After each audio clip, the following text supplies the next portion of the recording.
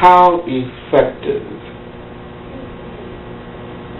in your opinion, has the Olmstead decision been, say, in the nation, and then localize it to Georgia?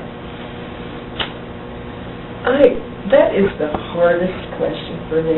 That's where I have to step back, Sam, and say, I'm not sure because of my involvement in the Olmstead case that makes me the best person to answer that. I'm not necessarily, but I will try. I'm just saying it's hard for me to try to answer that as if I should know the answer when in fact perhaps I don't. but I'll give you my opinion anyway. I am amazed. Of course, anybody is when you get to the Supreme Court level, you're kind of amazed at the national repercussions from your from your case. So it has been, we have been struck by the impact of the case all the way across the country. In other words, every state has its Olmstead plan, every state has its Olmstead commission or something along those lines. Every state is, at some level, responding to the mandate to improve and increase its community services.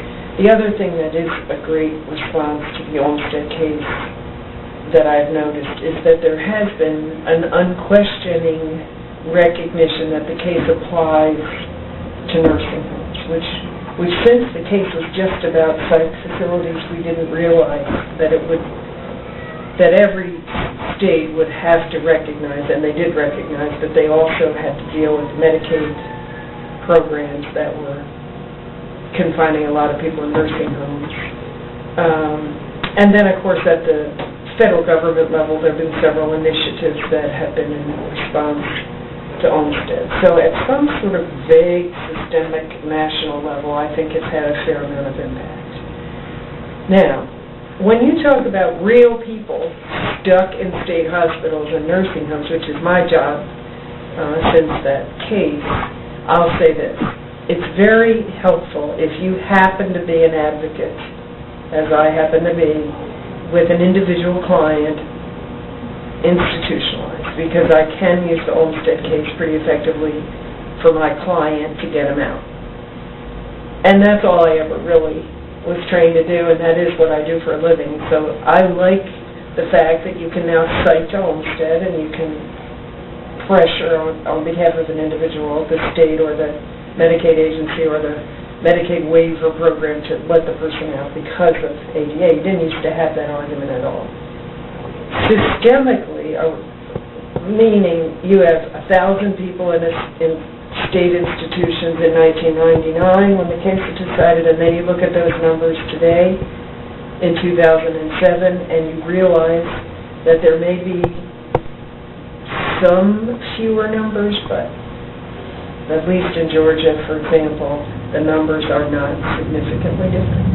So at that level, you'd have to say Olmstead, at least the state of Georgia has failed to implement the decision. And that's very discouraging to all of us. I assume you would agree with me, Sam. Yes, I definitely would.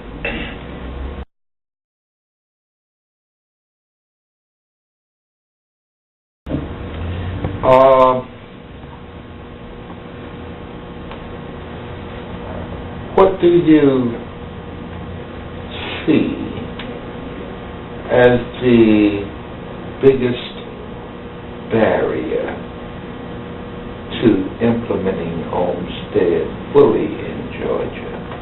I have encountered the attitude from people who are not part of the disability community that, well, it is best for the person to remain in the institution or the nursing home because there they can be taken care of. But what do you see? Well, that's the barrier that's been there since day one, right? I mean, so maybe that is the biggest barrier, which is the lack of political will and the lack of our society's understanding. I think that probably is the biggest barrier. Because, of course, what we always tend to respond to that question is there's not enough money directed at providing the services that are needed. There's a huge nursing home industry that still benefits from confining people in nursing home settings. There's the, what do you call that, the inertia of the state psychiatric institutional setting that just sort of stays there no matter what you do. There's jobs, people who work in that system. There's the state budget that comes down every year no matter what you do and allocates so many millions of dollars to keeping these institutions going. And that's just kind of like, this is the way we've always done it, and we're just going to keep on doing it that way. I think the biggest, but I will say this, there's another big barrier, and I don't know how we're going to break this one down, but it has to do with the same problem that has been there since the first day I walked into that state hospital in North Florida. There are not enough of us going there. There are not enough of us who know those people, who reach out to them and who say, how about Olmstead, let's get out of there.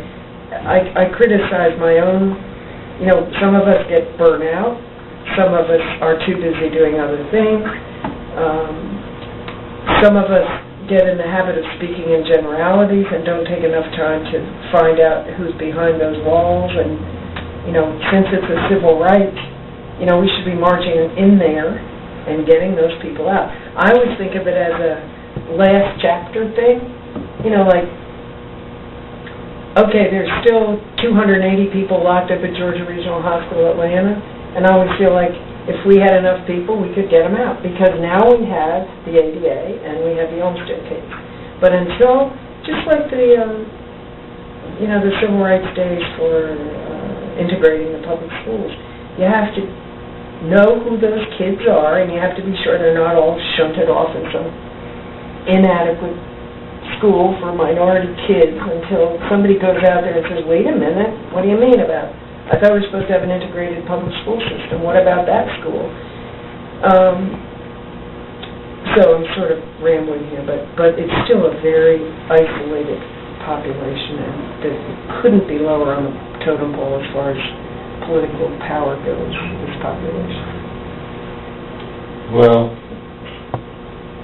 thank you, Sue. You've brought some very valid points up and made things very clear. We were happy to have you today. Well, it's such an honor to be here and to meet you and talk to you, which I had a chance to do before we started, and hear your exciting history. I really appreciate the opportunity. And we appreciate you, Sue. Thank you for all that you do. You're welcome. Thank you. All right.